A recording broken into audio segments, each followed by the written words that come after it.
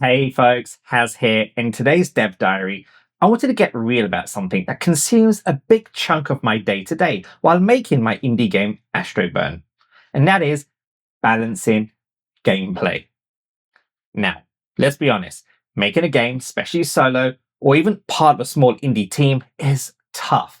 It takes serious grit, a whole lot of patience, and let's be real, some mental stamina to keep pushing forward when things break, which they will, or when your creative vision gets murky in the chaos of code and pixels.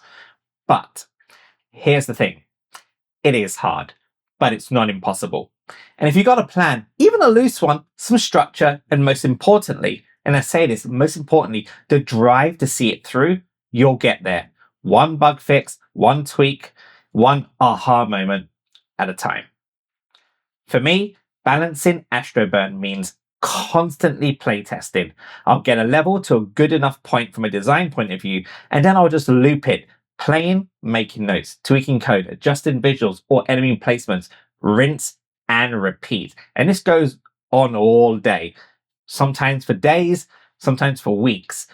Now, some fixes are straightforward, like tightening up collision zones between Astro ship and an obstacle, but most of the time, really, it's all about the feel. How responsive are the controls? How satisfying it feels to land a hit? How clear the spatial awareness is when dodging bullets or weaving through enemies?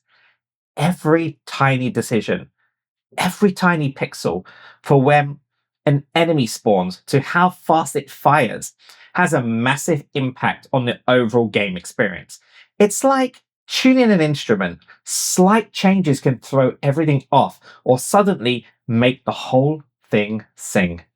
Now, I've literally spent hours replaying a single 20 to 30-second section of a level, tweaking, testing, tweaking again, and that's just the rhythm of it.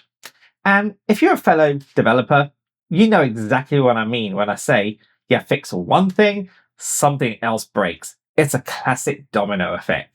So, one thing I absolutely swear by is keeping detailed logs of version tracking. Now, there's several ways of doing this. I'm using GitHub, and I make sure every commit has clear notes. That way, when suddenly something goes haywire, I can trace it back and figure out what broke, when, and why. Now, this part of development, the repetitive testing, the quiet victories, the chaos of iteration, it's where the game really takes shape.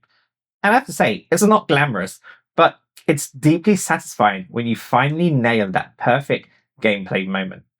Well, that's all I've got time for this devlog. Hope it was useful, give you some insights into my process.